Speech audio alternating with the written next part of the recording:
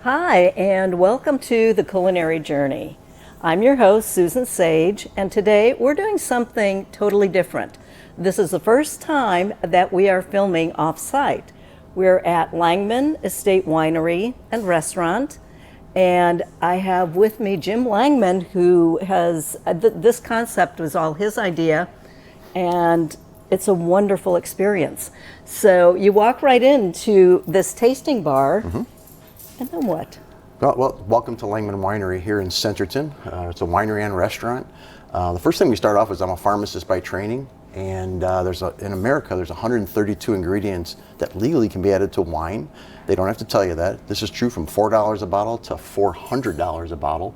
They also put cane sugar in a lot of the wines. So people on and on have said that they don't want to drink American wines, they only drink Italian wines or French wines because they don't feel good the next day. And so as a pharmacist, I'm not going to pollute you as a patient. I'm certainly not going to pollute you as a winery customer.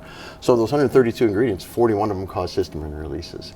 And so our goal here is to bring quality, value, but also keep people healthy. And that's what we do with our food. Even our beers are from a local brewery called Rendezvous Junction in Rogers. That's owned by a pharmacist, and he didn't put artificial ingredients in his beers. I need to try your beer. I love your wine. You have to be 21 years old.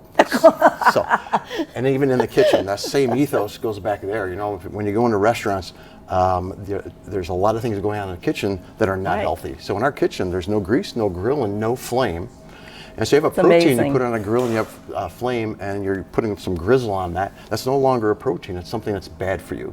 One of the big things I learned in the restaurant industry, being in the industry for 4 months now, but having chefs in the kitchen, is that when you have something that's fried, that's usually not breaded at the restaurant. It's coming already breaded.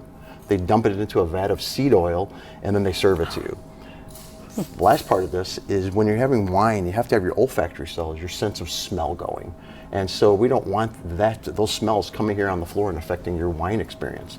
So in the kitchen, very clean, very healthy, very affordable. And then also when you leave, we don't want our guests nor our team smelling like a French fry when they leave. So that's the way on the business side and quality of what we're doing here and the affordability. Long story, people say, how did you get into it as being a pharmacist? I was doing a presentation in San Francisco for Walgreens, which I had a 29-year career at. And out in San Francisco, one of my directors who loved wine says, Jim, you got to go to Napa. We're only an hour away. And Sue, my wife, was joining us for the weekend. So we went to Napa Valley for the first time. And a very nice gentleman called Tom Delaney, he was called the Vino Van, took us to the floor of Napa Valley. We had never been there. He was very nice and patient with us. He was a historian of Napa. And so we laughed and learned all day and went to the floor of the winery, met Anthony Bell, one of the legends there. Could not have been more courteous to us and respecting our naivete, but tasted 2 glasses of Chardonnay that was in the tank that was chilling it. And we went, that's it. And so 9 years later, we bought property out in California. I retired from my first job. We planted vines in 2010. And while the grapes were growing, we came to Arkansas for a second career. And at Walmart and Sam's Club, we were going to be here for 3 years. And it's been 16 years. And we couldn't be happier because Arkansas changed our lives. And this winery really is paying it forward to the community. It's something we're proud of doing. It's going to be a legacy business. And it just changed our lives. We didn't move back to Chicago. We never moved to California, and now we only sell our wine right here in our adopted home of Arkansas. You don't have it at any of our stores. Not anymore. We're selling it all here, which it's a good problem to have. But now we have to look a couple of years out to ramp up production. Wow.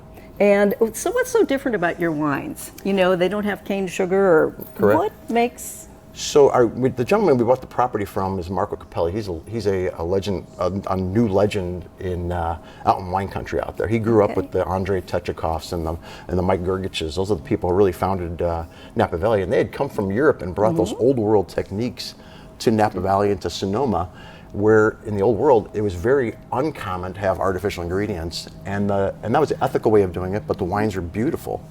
And so we bought a raw piece of property from him, and he told us all the things I just told you about what happens in the wine industry, because he left Napa Valley in 1999 because he did not want to join the industrialization of wine processing here in America. Interesting. And that's what we do. He likes to say that he can make our wines without electricity.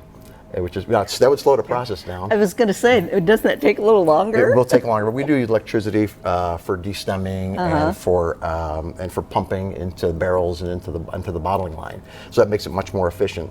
But there's nothing artificial in the process. It's all French oak barrels. You let them. The red wines will age from 14 to 36 months in the barrel. Wow. That's the right way to do it. You can artificially increase that by using egg white compounds or fish liver compounds or clay compounds. We don't do that. No, we want pure wine. 100%. And you've got a beautiful variety. We really do. It's a lot of Italian grapes and a lot of French grapes also, varietals. Just to put in perspective. So this bottle has nothing in it but wine and passion, and that's it.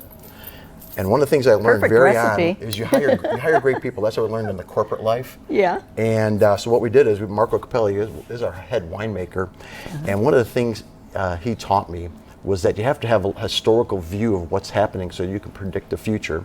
There's a technical part, there is a historical part, and there's an ethical part in the whole winemaking process.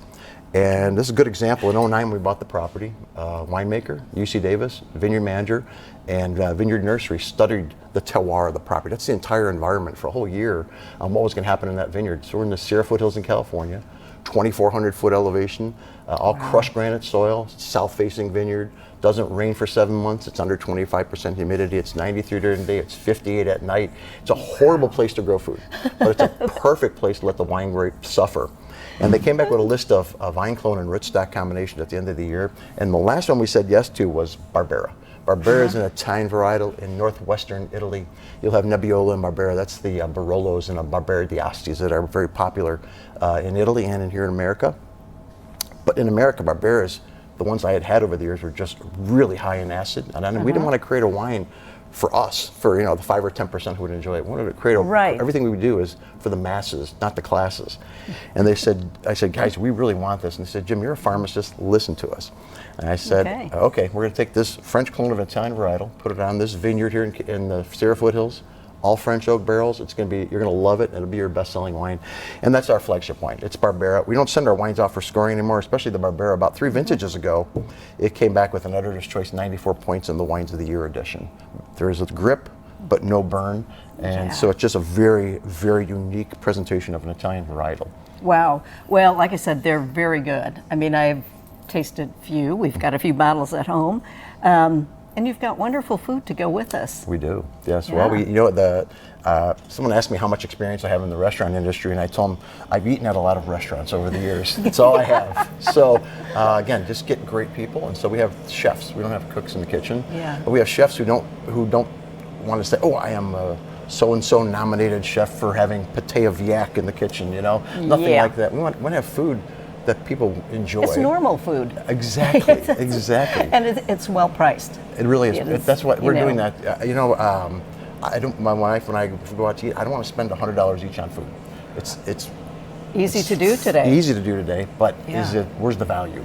And so here it's affordable luxury. I think the most expensive thing on our menu is $22. Yeah. But what we've done is don't let that fool you, because all the proteins we have are the best we can find in the region. Our bread comes from a little Italian bakery. Nice. So it is just all hand chosen, and every dish we have, it has to meet the expectations of us so that everyone coming in will enjoy those dishes. Great. Well, can we see the kitchen? 100%. Let's go there we go. All right. Well, here we are in this kitchen that I hear so much about. So what makes this so special? Well, a couple things. Big things I've learned about the restaurant industry in the kitchen. First, has to be quality. You have to have food safety, and you have to have consistency. And that's our goal in everything we do. Customers have to love it every time they come in here. It has to be the same every time they come in here, and we have to add new things to the menu on a regular basis. But what's kind of unique back here is our head chef de cuisine, Cade Diose, who we're going to meet as we're making our gumbo this morning, really worked together with some supply company people, and we said, listen, we don't want to have a flame, don't want to have grease, don't want to have a grill. How do we do it? And so they came up with great solutions for us. Keep the products on a steam table, not on flame or not on a grill, not on an electric burner. And then the biggest source of heat is this convection oven right here, which you shouldn't do that because it's hot. And this stays at 400 degrees. Wow. And that's our main source of cooking everything. And the two induction plates we'll see as we're making the gumbo out on the floor sit right here. That's where we could get things to a boiling level with large pots. It works with magnets spinning underneath them, so when you take the pots off, you can put your hand right on the plate, and it's ice cold. Really? So if you think about that, that's our only sources of heating. And so in this kitchen, our first goal really was to make this as clean as an operating room. This was a completely raw space from floor to ceiling to walls and everything else in between. And after that, everything we have is all professional grade. It's all brand new. And we want to make sure that this is perfect every time. Anything less than perfect, we're not happy with. It's beautiful. It's compact. It is so clean in here. I mean, I wouldn't be afraid to eat right off the counters. Well, these are sanitized all during the day, every day, and then really deep cleaned at night. So you think about it, one of the things I found out that was similar to pharmacy is pharmacies back when I started were real big and spread out, but you put in a lot of miles every day running all over that pharmacy. Well, the modern pharmacies and kitchens are set up to be compact like this, so that you're really not moving that much. You're cooking and assembling. Your prep work is where you're moving the most. So you're getting all your dishes and your sauces. But you're not getting your 10,000 steps in. Well, I get them in. I am now the assistant junior busboy in training, so I get all the steps. But that's what they do. They can get it in here. It's efficient. The technology is here, and the adaptability to what we're doing to make sure it's exactly the way our customers want to have it is already built into the system. Awesome. Shall we go out and meet Chef? Let's make some magic. What he's up to. He's making us gumbo, and I heard it's quite a process. It's Cajun gumbo. Yum! All right, Can't wait. Let's go. Go away. We're coming. So I'm in charge of getting the wine made for us. I don't do it. I have great people do that. Well, I do the same thing in the kitchen. I'm in charge of writing the checks for the kitchen, but I have someone who really knows what he's doing, actually making that magic happen, and that's going to be Chef Cade Diose. Cade is a natural Arkansan, moved to Louisiana for about 30 years and has moved back here multiple years ago, and he is a true chef. A lot of people say they're chefs, but they're cooks. Cade is a chef, and so he's going to show us how to make some real Cajun chicken and sausage gumbo today, but it's going to be mild. And yesterday when he was prepping it takes a couple days to do this, he had this big jar of stuff and he was pouring it out, and I never saw it before. And I said, "What is that?" He goes, "That's roux." And my first thought was, "Oh no, that's a Winnie the Pooh character. Are we putting kangaroos in this thing?" And I didn't. He looked at me. No, that's a 1,000-year-old process that the French invented on how to make sauces. And so that was my learning notes for yesterday. And so for this whole cooking session, I'm not going to say anything else. Here's the experts. Well, here we are, finally. Yes. This is what we're all here for, is this gumbo that I hear is incredible. But how did you get started in all this? Where'd your background? As a teenager, when we were here living in Fayetteville, my mom owned a restaurant on the square. It was a small bakery and deli. But I got my start there, and then I just kept doing it. And kept doing it. I moved back to Louisiana for a while, and then I moved back here and met my wife and started a family, and I've been here since. Wow. Yeah. So, and you're enjoying it. This type of cooking is kind of new in many ways. It's been around for years, but did you have to get used to this? A little different than what you did, or how you would prepare? Yeah, just a small curve. It takes a little longer to heat up. That's really about it. So you can always teach an old dog new tricks. Of course. Good. Of course. Okay, so let's talk about this roux. Okay, well, it is the base of all the mother sauces, and it's simply just fat and flour. I'm going to use vegetable oil today, but you can use butter, lard, any sort of fat, really. Okay. And it's equal parts. We'll just start with a little oil. And then add the flour.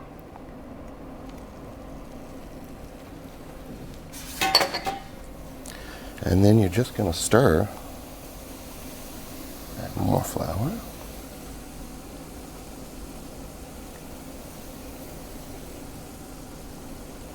Always fascinated by those who don't have to measure. It's been a long time since I measured anything. I only measure when I bake. Yes. A little more critical. Yes. I know when we first got married, my husband's going to say she's thrown me under the bus again. I would start cooking something in the kitchen, and he'd come in behind me and doctor it all. Oh, yeah? So I walked out of the kitchen for a number of years, You would actually. stir in your pots? And now I'm just, yeah. That's not acceptable. And now I'm just an amateur kitchen diva, is what I call myself. That's great. Yeah, but it's been a lot of fun. I'm learning a lot from different people I talk to in the industry and by doing the Culinary Journey. Yes, I bet. Yeah, I mean, even we've had people on doing wine and cocktail pairings with some of our food. And So you are basically going to stir this for 45 minutes to an hour. That's how long it takes Okay. on medium heat. so you But don't we are have to gonna- go to the gym. I mean, it'll get your arm workout in. Yeah. Don't want to skip leg day though. Oh, of course not. So we're just going to skip this long step and show you what it's going to look like when we're done. It is going to be this color. Yes. Dark And chocolate thick. brown. Yes. Very Oh thick. my gosh, Yes. it looks So like, that's what that will turn into after about an hour. oh my word. But if you don't continuously stir it and it burns, you have to start all over. Which is awful. I'm not going to try that. But there's a cheat. You can also Of course. just go to Walmart and buy it in a jar. Oh. But you have to go to Super Walmart. Okay. Just a hack. Oh, that's funny. So after you get your roux done, you'll let it cool off, and then you will start the actual gumbo, which again, we'll start with just a little oil. Whoop. All right. Gonna let that get hot. And we are going to start with one large yellow onion, diced, one red and one green bell pepper, Okay. and oh, I need to get something from the kitchen. Oh, okay. We need something from the kitchen. Hello, I'm Dave Todd, president of Todd Films. We work alongside Bella Vista Community Television to produce some of the content you see aired here. Have you thought about reaching your customers through a television ad? We have several options for you to consider. They range from coming to our studio here, or going to your place of business, or on location. Once you have your commercial, Bella Vista Community Television has several options for you to consider for airing your commercial. Do you have a live event that you would like to capture on video?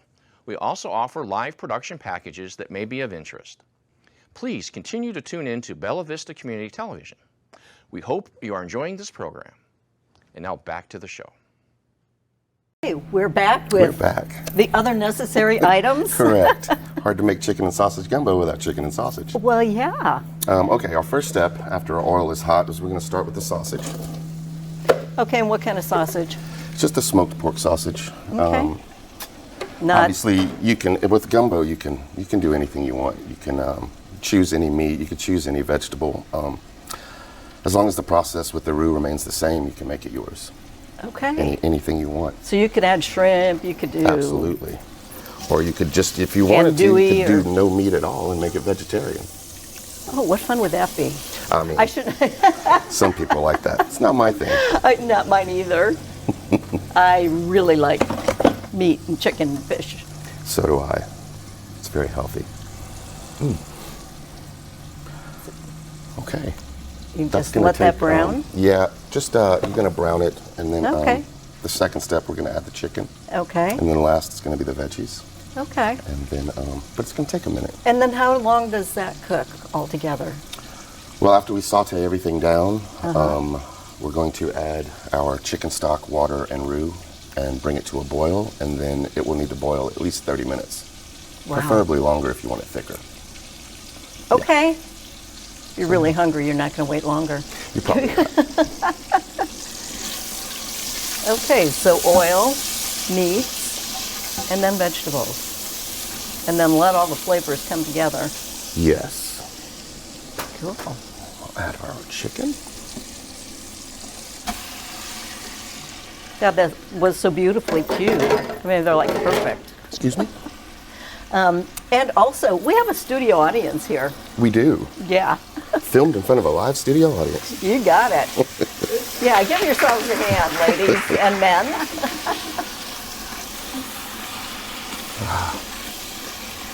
Does anyone have any questions? Yeah? Chef, can you use something like andouille sausage? Oh, absolutely. If you can find it. If you can find You mean good. like really good Yes, andouille like good sausage?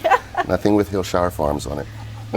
Or Johnsonville? Or Johnsonville. And not, no offense to anyone. No. We're just spoiled because we get homemade sausage up in Kansas City when we go. Oh, yeah, I would like to be spoiled. It's really good. Sounds good. Yeah. There's a wonderful hot Italian sausage. There's actually 3 different sausage makers up there. Really? Yeah. Did not know that. I love Yeah, sausage. we learned a lot. I do too. It's delicious. Yeah. I even like chicken sausage if it's seasoned properly. Yeah, they got to put a lot of fat in it, though. Make it taste good. Well, like sausage, you know. Yeah. Okay, so while this chicken is sauteing, we're gonna season it a bit. And I just used the most basic, well, this is a secret, it's Tony Chachere's Cajun seasoning. Okay, so that's your Has secret everything weapon. you need in it, it is. So just a Good. little salt, pepper, and some of that. And that's all you really need.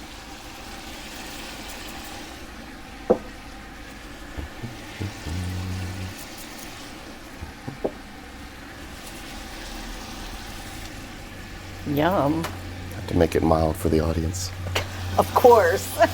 So did you learn from basic recipe and then alter it to the way Actually, you wanted, or?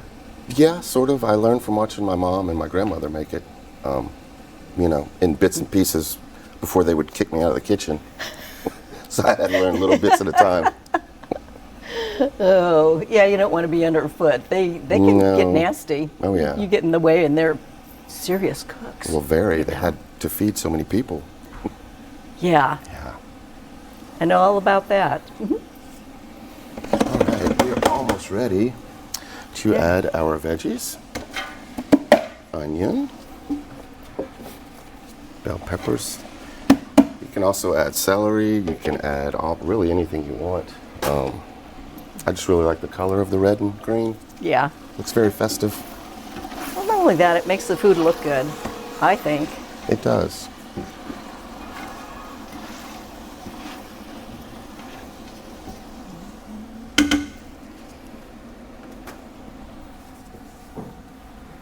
Okay, this is going to take a while too.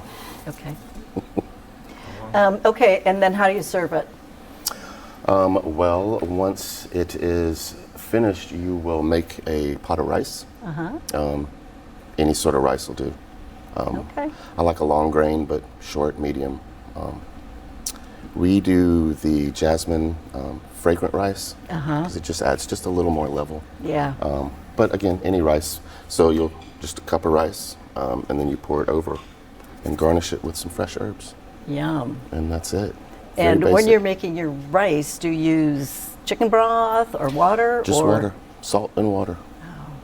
I can onion broth, and we started using that when we make rice. That sounds delicious. It's really good. I should have brought you one. Yeah, I'll have to bring one next time yeah, that sounds because great. it is really good. I would like that. Yeah, you can use it to make your soups and stews and chili. Absolutely. But- Ooh, chili, yeah. That I would be know. good. It is really good. I don't like the way it smells as it's cooking, but Oh, really? yeah. Put it Just on the too crock oniony? pot for, 24 hours. I mean, you don't have to cry about it. No. Well, I'll tell you what, it comes out really, really good. Yeah, that sounds amazing. Okay, well, this is ready now, It and is. you're ready to plate it up and serve us. But we didn't talk about what kind of wine, Yes. since we're at a winery. And I guess Jim selected 4 different ones that would all Yes. be very good. That's correct. We'll start with the Muscat Canali. It's very light, slightly sweet. Okay. Then we have a true French rosé. Yeah, is this Lovey's? It is Lovey's. It's really good. It is nice. It's very That's one of my crisp, favorites. Okay, And and then then we have a Grenache. It is a French varietal grape, I believe. Full-bodied, but yet light. Yes, he's shaking his head, yes. Good.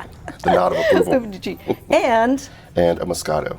This is a lovely which- Moscato, yes. which is- It goes very well with this dish. nice. Okay, so do you have some right. ready to try? We certainly do. We'll start with our rice. And then, Do we have silverware?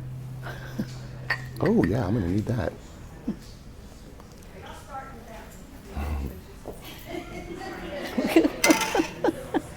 And then we will garnish. Oh my. And ready. Okay. Okay, I'm not going to burn my mouth, am I? Probably. Just be very careful.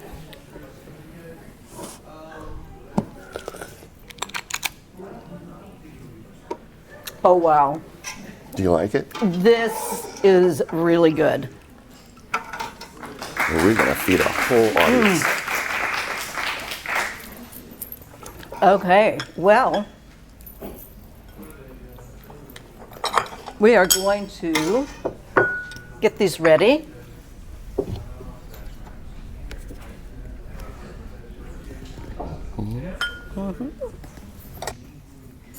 Okay, I would like to thank Jim Langman for inviting us in and going through this experience. Thank you so much. And I want to thank all of our studio audience who came to enjoy this. And we'll see you next time. In the meantime, come to Langman for lunch or dinner, and it's a great experience. Welcome to the family. Bye. Okay.